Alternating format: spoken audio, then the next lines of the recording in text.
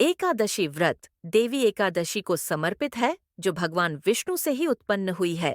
एकादशी देवी का प्राकट्य भी एकादशी तिथि को हुआ है, इसलिए भगवान विष्णु ने इनका नाम भी एकादशी रखा है और इन्हें वरदान दिया है कि जो भी एकादशी तिथि को व्रत रखेगा और एकादशी के साथ भगवान विष्णु की पूजा करेगा, वह पाप मुक्त होकर उत्तम लोक को प्राप्त होगा। जिस एकादशी तिथि को देवी एकादशी का प्राकट्य हुआ है, उस एकादशी को उत्पन्न एकादशी के नाम से जाना जाता है। एकादशी व्रत के विषय में विस्तार पूर्वक वर्णन पद्म पुराण में किया गया है।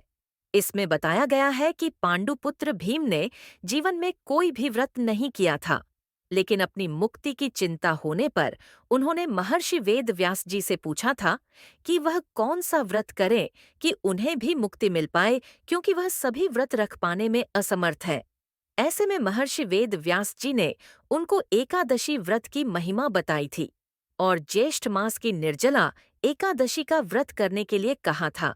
वैसे तो साल में 24 एकादशी का व्रत रखने का विधान है, लेकिन जो लोग 24 एकादशी का व्रत नहीं रख पाते हैं, वह कुछ महत्वपूर्ण एकादशी का व्रत रखते हैं, जैसे देवशयनी एकादशी, देव प्रबोधिनी एकादशी, निर्जला एकादशी, मोक्षदा एकादशी, पापमोचनी एकादशी। साथ ही कुछ लोग एकादशी का व्रत नहीं रख पाने पर इस दिन चावल नहीं खाते हैं, क्योंकि एकादशी व्रत में चावल और चावल से बनी चीजों को खाने की मनाही की गई है। पुराण के अनुसार जो लोग श्रद्धा भाव से एकादशी का व्रत रखते हैं, वह उत्तम लोक को जाते हैं और पुण्य प्रभाव से वह मुक्ति को भी प्राप्त हो जाते हैं। एकादशी के व्रत में दशमी तिथि से ही व्रती को नियम और संयम का पालन करना होता है और एकादशी के दिन व्रत रखने के बाद द्वादशी के दिन पारण करना होता है। एकादशी के दिन दान पुण्य करने का विशेष महत्व है। एकादशी व्रत में रात्रि जागरण करके भगवान का ध्यान भजन करने का विधान है। इस विधि से एकादशी का व्रत करने वाला व्यक्ति मुक्ति को प्राप्त होता है। पांडवों की एकादशी व्रत कथा महाभारत के समय की बात है, जब पांडव वनवास में थे। एक दिन धर्मराज युधिष्ठिर ने भगवान श्री कृष्ण से पूछा, हे माधव, कृपया हमें ऐसा व्रत बताइए जिससे हम अपने सभी पापों से मुक्ति पा सकें और मोक्ष प्राप्त कर सकें। तब भगवान श्री कृष्ण ने युधिष्ठिर को एकादशी व्रत का महत्व बताते हुए एक कथा सुनाई। उन्होंने कहा, हे युधिष्ठिर, सतयुग में महिध्वज नामक एक धर्मात्मा राजा था। उसके छोटे भाई वज्रध्वज ने ईर्ष्या के कारण उसे मार डाला और उसके शरीर को पीपल के पेड़ के नीचे दफना दिया। राजा महिध्वज की आत्मा उस पीपल के पेड़ में वास करने लगी और बहुत कष्ट सहने लगी। भगवान श्री कृष्ण ने आगे बताया, एक दिन उस वन में वाल्मीकि जी आए। उन्होंने उस आत्मा की व्यथा को समझा और राजा महिध्वज की आत्मा को शांति दिलाने का संकल्प लिया। वाल्मीकि जी ने माघ मास के कृष्ण पक्ष की एकादशी का व्रत किया और उसकी पुण्य फल से उस आत्मा को मुक्ति दिलाई।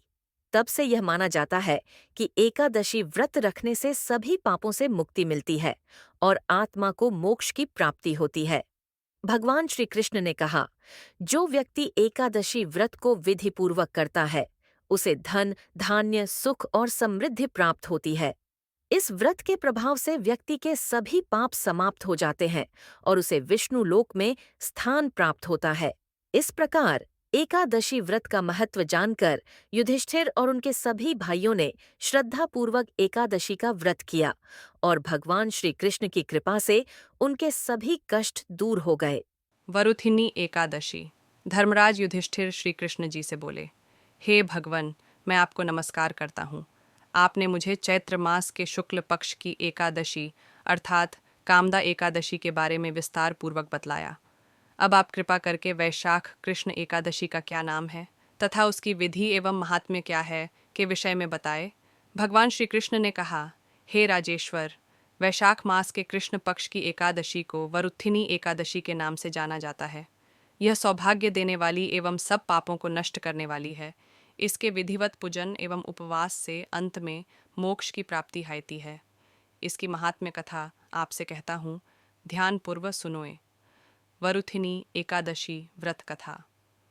प्राचीन काल में नर्मदा नदी के तट पर मानधाता नामक राजा राज्य करते थे।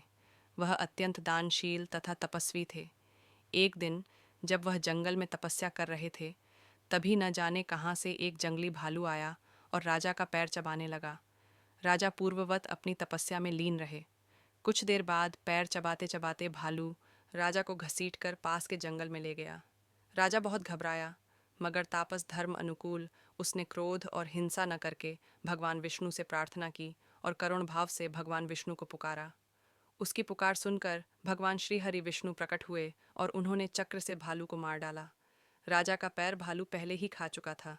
इससे राजा बहुत ही शोकाकुल हुए। उन्हें दुखी देखकर भगवान विष्णु बोले, हे वत्स, शोक मत करो। तुम मथुरा जाओ और वरूथिनी एकादशी का व्रत रखकर मेरी वराह अवतार मूर्ति की पूजा करो। उसके प्रभाव से पूर्ण सुदृढ़ अंगों वाले हो जाओगे। इस भालू ने तुम्हें जो काटा है, यह तुम्हारे पूर्व जन्म का अपराध था। भगवान की आज्ञा मानकर राजा मानधाता ने मथुरा जाकर श्रद्धापूर्वक वरूथिनी एकादशी का व्रत किया। इसके प्रभाव से राजा शीघ्र ही पूर्ण, सुंदर और संपूर्ण अंगों वाला हो गया। इसी एकादशी के प्रभाव से राजा मानधाता स्वर्ग गए थे।